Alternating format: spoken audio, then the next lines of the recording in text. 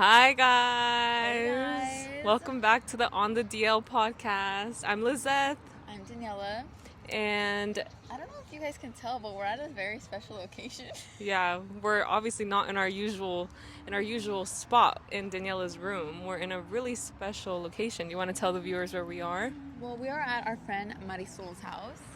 And today there are about 5 to 10 people hosting a yard sale. Woo! And we thought this is a perfect occasion to talk about rule number 2. House rule number 2, you guys. If you aren't familiar, please go to the first episode and get rebrush. familiar. Come on. Get familiar with what the house rules of this podcast are, of the On the DL podcast. We went over them in full detail on episode 1. So once you come back, actually watch this episode first and then go watch that episode. And then you'll know that house rule number 2 is no Shein shoppers allowed. They're so, canceled. We just wanted to explain that a little bit. But before I explain it, I want to tell you guys a quote that actually someone on Twitter tweeted a few years ago, which I will never ever forget this tweet because it was so fucking funny. And I can't remember her username right now, but when I find it, I will put it in the description down below. Mm-hmm. So, quote, if your girlfriend is a Shein shopper, you're single to me. Unquote. And I just wanted to start it with that because I feel like I am a complete Shein hater. I feel like if you know me in person, I'm always talking about how I fucking hate Shein. It's literally her brand to hate Shein. Facts. It really is. So with that being said, this is the episode on Shein and thrifting and secondhand clothing. Yeah, and the reason why you shouldn't be shopping at Shein and the alternatives to websites such as Shein and, kind of just like becoming a more ethical consumer. Yeah. That's kind of what we wanted to touch on and kind of like our own beliefs on it and like our opinions on like what you can do to kind of just like do your little part in the earth, as I think we all have the responsibility of doing. 100%. Yeah. So, yeah. Basically, I think fashion is important to the both of us, right? Like, I think we both really enjoy serving. And dressing. Most definitely. Yeah. I mean, I personally love looking a certain type of way. I love dressing up and like being, and like just going out into the day and like being whoever I want to be based on my outfit. Yeah. So basically, we want to talk about fast fashion specifically. The cancer that is fast fashion to everyone's fucking lives. Yeah, and basically, like, if you don't know what fast fashion is, it's basically kind of like, let me give you a definition of it. By earth.org, it's cheaply produced and priced garments that copy the latest catwalk styles and get pumped quickly through stores in order to maximize on current trends. So essentially, it's like places such as like H&M, Shein specifically, that like they constantly have like the newest trends and they're always pushing, like the new items on you like on a weekly basis basically, and it's produced in the most like cheapest way. And it's capitalism, you guys. It's fucking capitalism. It basically is. And for the most part, like, these pieces of clothing, like, they're not worth it. Like, you're basically throwing your money away because as soon as you wash one of these items, like, it's literally falling apart in your washing machine. And I personally don't want to invest into clothing that isn't gonna serve me on a long-term basis, which is why, like, we condone Shein so much. Yeah, 100%. So how did fast fashion start? Fast fashion actually started, like the whole trend of it all started with Zara. And we all know Zara. I mean, I can admit that they have really cute clothes, but I've never shopped there.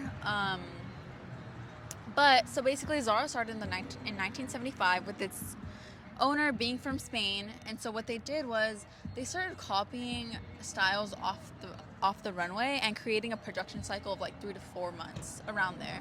And so then they started selling them in their stores, and then they became more popular.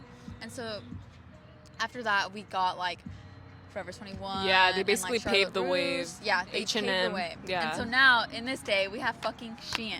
Which is like Shein is a whole other fucking monster on its own.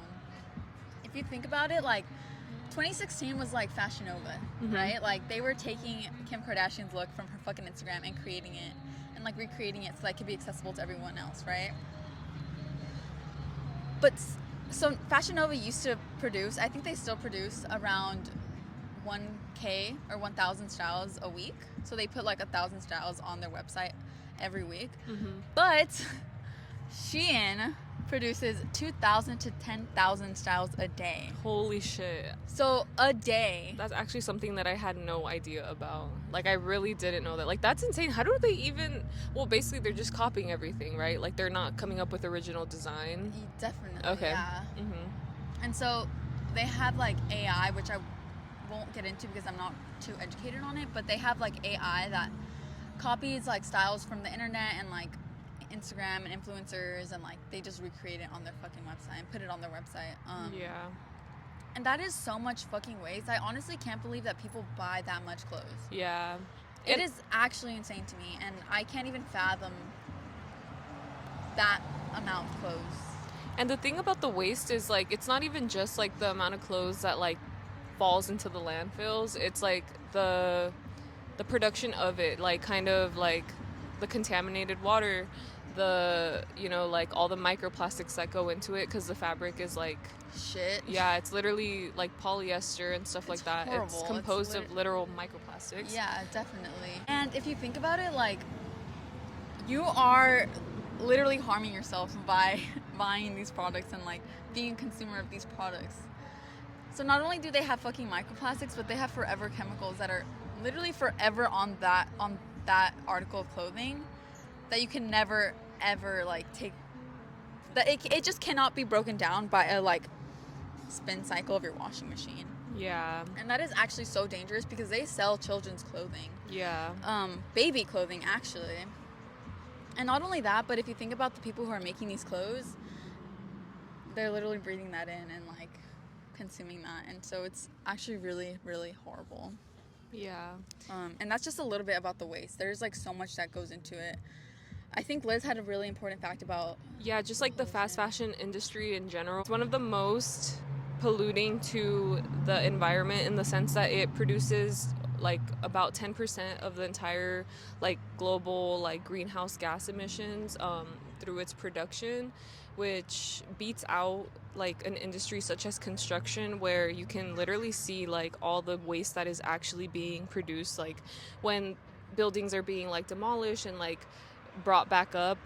It's just, like, I feel like for the fashion industry, we don't really think about it because it's not something that we can see, like, on a regular, like, day-to-day basis. Like, we're not seeing how it's produced in these, like, different factories, and we're also not seeing what happens to it at the end of its life cycle either.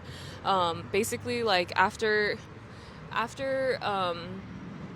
the piece of clothing, like, goes through its life cycle, like, we could do our best by, like, donating to Goodwill and things like that, but if it doesn't end up getting sold at Goodwill here in the States, it often gets shipped overseas, and it essentially just becomes, like, a problem for another country to deal with. And like we said, like, those materials, they don't decompose. They literally just create landfill. Like, could you imagine, like, your country literally being the world's dump of clothing that people here that have the privilege of, like, purchasing these items, like, just end up throwing away, you know? So, yeah. And it's just horrible to think that, like, your purchase is coming directly at the expense of the environment in another country and of the people in the other country. Yeah. So that is definitely something to think about. I mean, I think it's really important. Yeah, it's really important to consider, like, what exactly, like, your money is going towards. Yeah.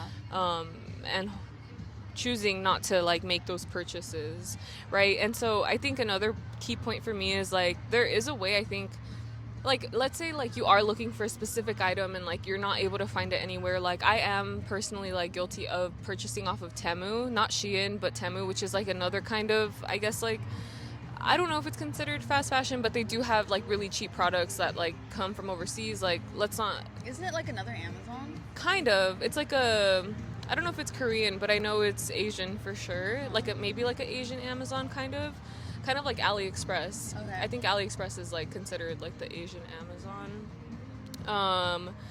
But basically, like, we're just saying, like, don't be the person that does $500 hauls of Shein for no fucking reason, you know? Like, if you need one specific thing, yeah, like, okay, buy it, but make sure that you're making use out of it, you know, before, like, there's literally people that would do those hauls, right, during the pandemic, and they...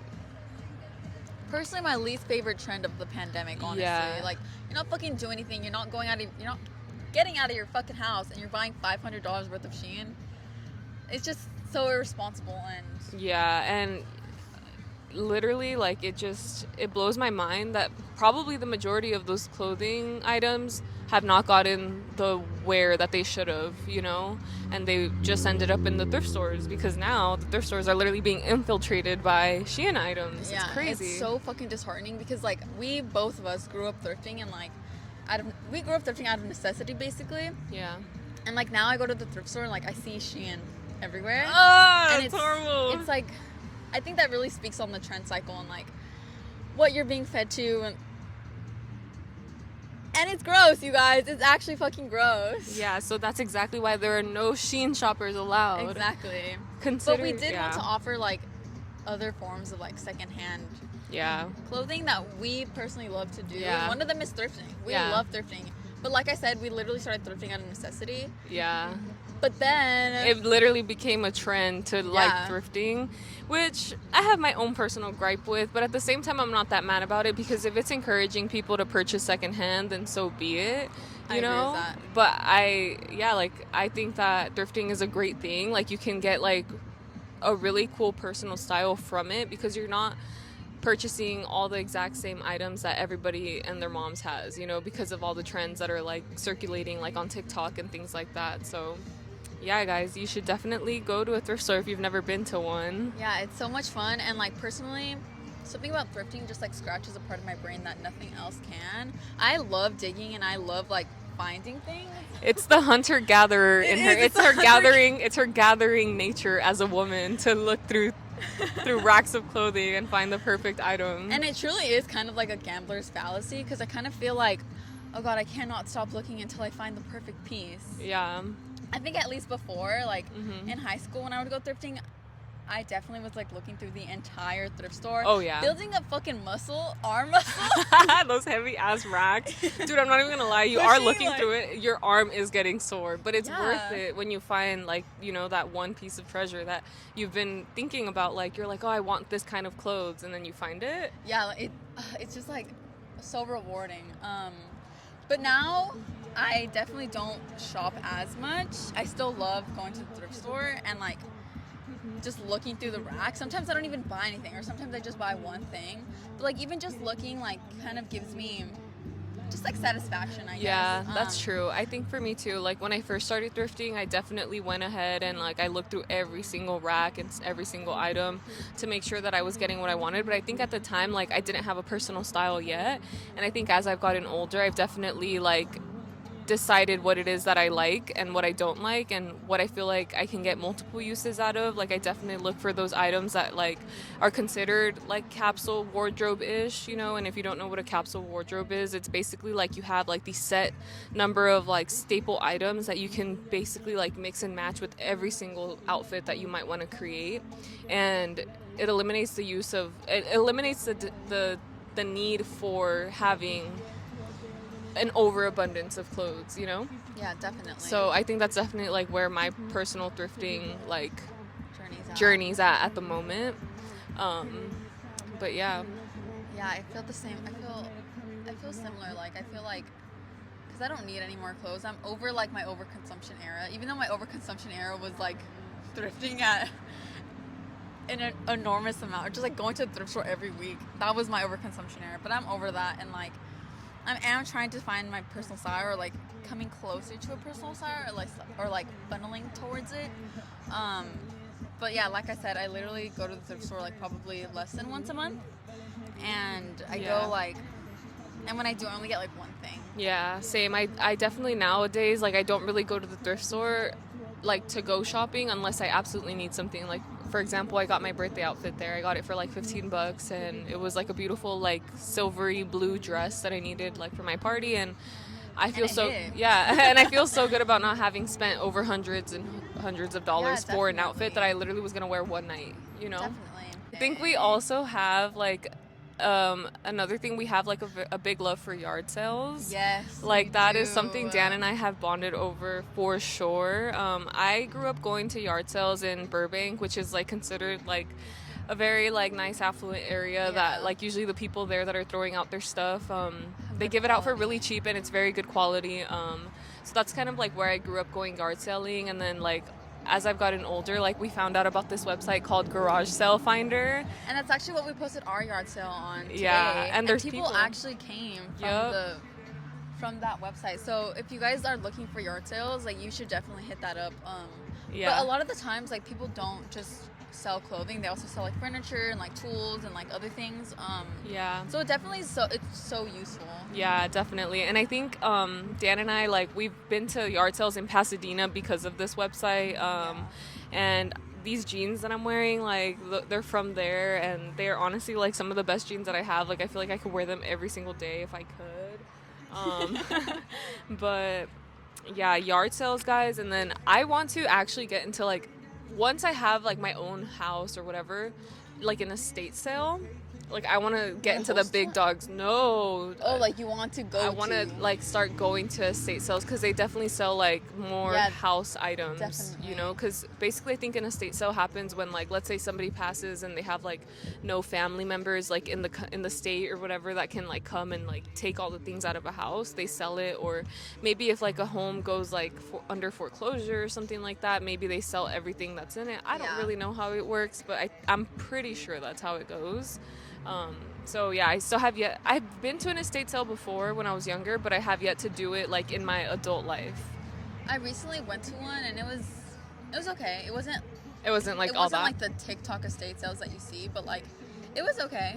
Oh, okay. Yeah. So it's like hit or miss. It definitely is like hit or miss. Everything like thrifting, yard sales, estate sales, like it's all hit or miss. Yeah. I think so. But like that's the fun part of it. Yeah, like learning how to delay gratification, I think, is something that we all can really benefit from, because I think that's another big problem is like these days people literally like want to buy something, feel that rush, and then like they forget about it, and then that's why they keep like, you know, going. I definitely am I don't want to say I'm a victim of it because I'm doing it to myself, but I am a culprit of that. I think like shopping or just like buying something definitely like makes me feel better. I won't lie, like in the moment, feel better in the moment. What about long term though? But long term, like I guess when I put it on, like it makes me feel good, but like it's not like a steady form of like validation, or like it's not a steady form of like feeling good. Yeah. And so I think we need to all stray away from that. Yeah. I know I do. Yeah. And we all need to delve into some like affirmations of like, you know. Yeah, and I actually wrote some down for you guys. I actually got inspiration for these affirmations from a TikTok and like just TikToks in general. Okay, the first one is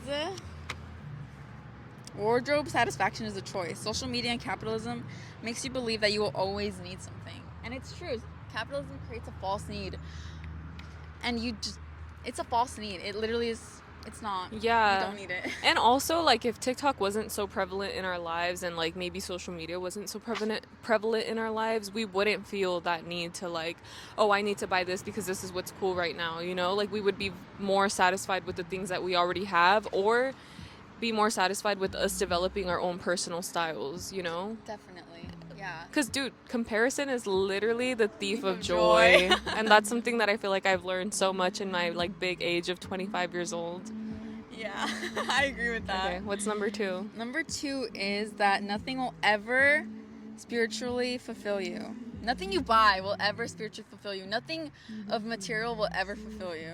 And that's why, like, we should like invest in hobbies and like personal satisfaction, and that kind of speaks on like not buying things to make you feel good. Yeah, like investing in yourself. Investing in yourself, investing in your personality, investing in therapy. In your literally therapy, your hobbies, I think is like more important and than experiences as well. True. That's so true. Yeah. Like if you spend less money on Shein, you can spend more money on traveling. On traveling, on concerts, on classes, on honestly, like I feel like that is what like truly will make you feel like a fulfilled person, or like an actualized person. Yeah.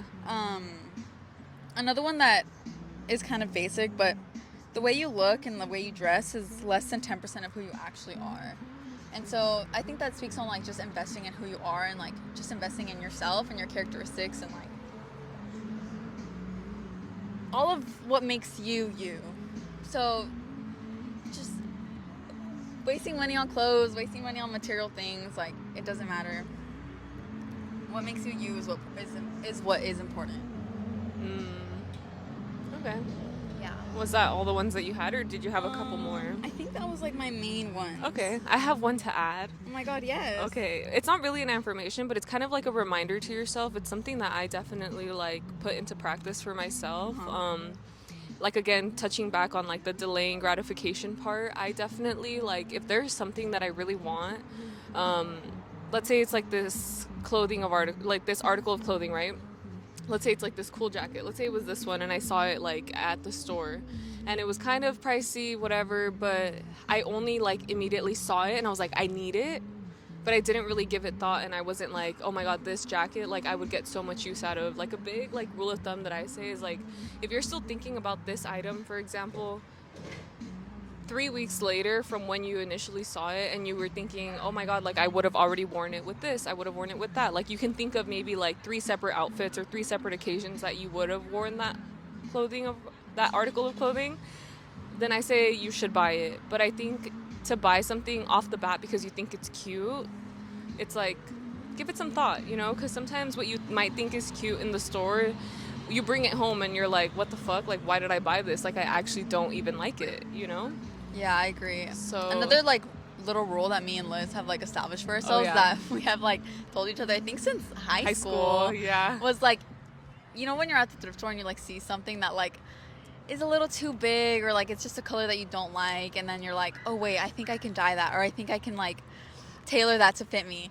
Yeah. Do not buy it. Do not buy something for the potential that you see it, but you need to buy something for the appreciation that it is. Yeah, you need to buy something for what it is and not for what it could be, you exactly. know? And that goes not just for clothing, but everything in life, you know? Like don't get so focused on the potential because that's like the what ifs. And I think like if you're going to tell yourself like, yeah, I'm definitely going to like cut this, sew this, like amend, like, you know, like fix it so that it fits me perfectly, like let's be real, be honest with yourself, like you're not gonna do that. There are so many times that I've told myself, unless you're really like that person that like loves to like, you know, DIY like, that's and, like your upcycle hobby things, like then definitely do it. Yeah. I respect that 100%, and it's also really cool. But if you're just like a regular Joe Schmo like me and like literally just thrifting for fun, I know for a fact I'm not gonna be like putting the extra time and effort to do that because I just don't have the time or truly the desire to try to fix something, because I'm not a great sewer anyway. So like I've learned to not buy things for the potential of what it could be, but for what it actually is and how it fits me at that time. Not for like, oh, when I have this body, like when I'm skinny, when I'm whatever, like when I, you know, like you need to accept your body for what it is too at the moment, because that's what it is, you know. Do you have any other forms of like secondhand shopping or like just secondhand in general? Always have an open mind when you go into thrifting.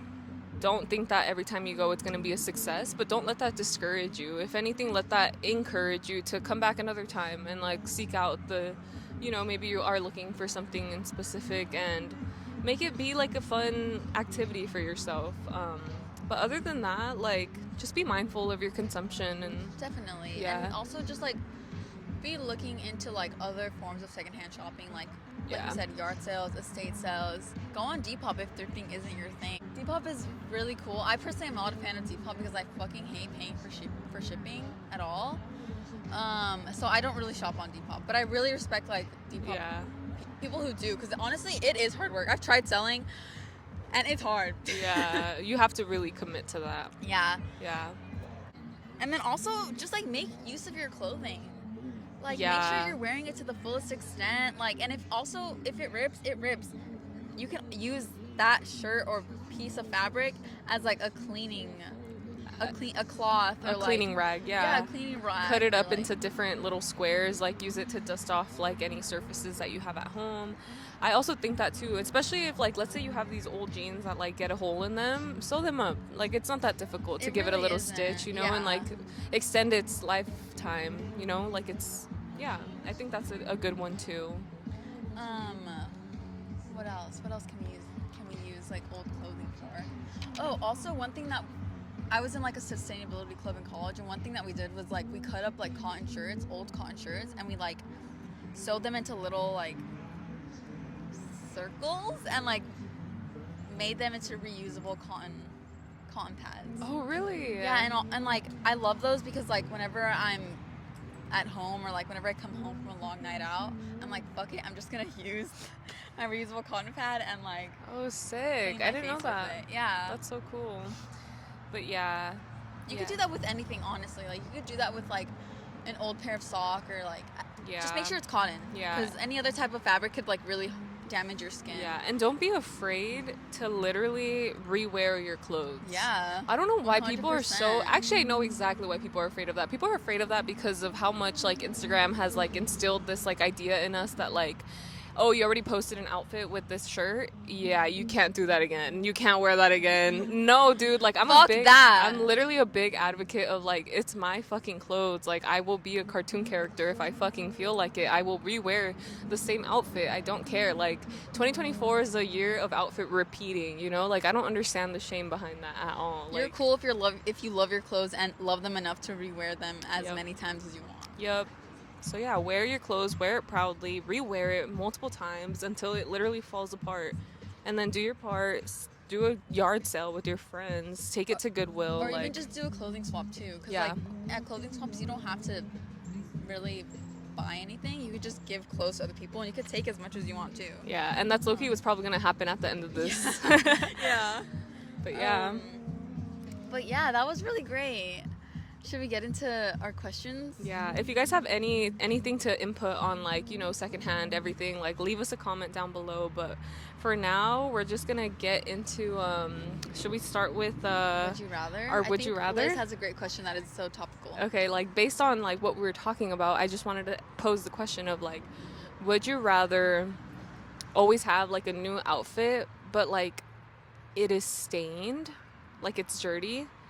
Or would you rather wear the same outfit, but it's clean and it smells like freaking Downy, you know? And I personally... Liz, what do you think? Like, this is a hard one for me. This one's easy because I literally was just going on about, like, I will be a cartoon character. Dude, if literally we were all cartoon characters, like, we would solve the fast fashion industry. So many problems. Yeah, we would literally eliminate the fast fashion, the impact that the fashion industry has on the entire planet. But yeah, I personally would rather smell good than to have a different outfit every time. And honestly, if you want a different outfit but there's something wrong with it, no shame. But that's just like my personal preference. Okay, so I have a different outfit for anything. Yeah, like a Like different outfit every single day, and you never repeat that outfit. Every day or let's say I have 2 events in a day. Can I change it? No, your outfit is for one day, but you'll never repeat that outfit ever again.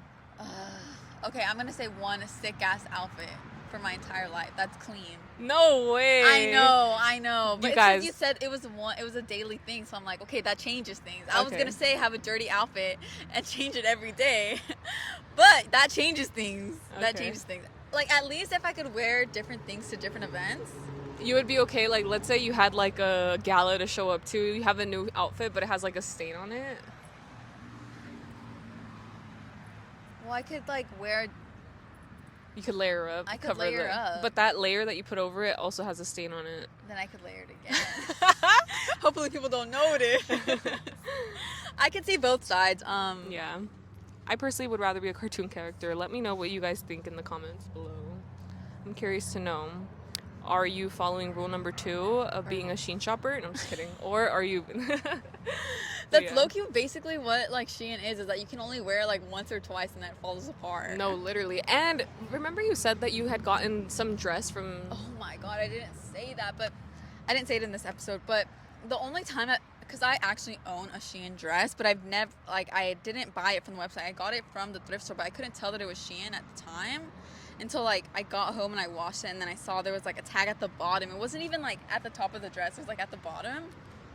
And I noticed that one of the straps was completely broken. And so the dress literally was not made to wear. The dress literally was made to throw away. Made to throw away. And like that tags just, on is crazy and not be functional. exactly. And like that just speaks on the quality of the clothing, and like also the workers as well. Like I feel like they're just so pressured to like make as many items as they can. And so then the product comes out like a shitty product. Yep. And that's why someone donated that, because they couldn't wear it. Yep. Okay. And then but that was back on the Shein topic. Yeah. So screen time, you guys. Yeah. Liz. Okay, so mine, I checked it before we started filming. It was 7 hours and 6 minutes, you guys. Like, what? Oh, that's good. I'm Liz. actually going down. That's crazy. I'm really proud of myself.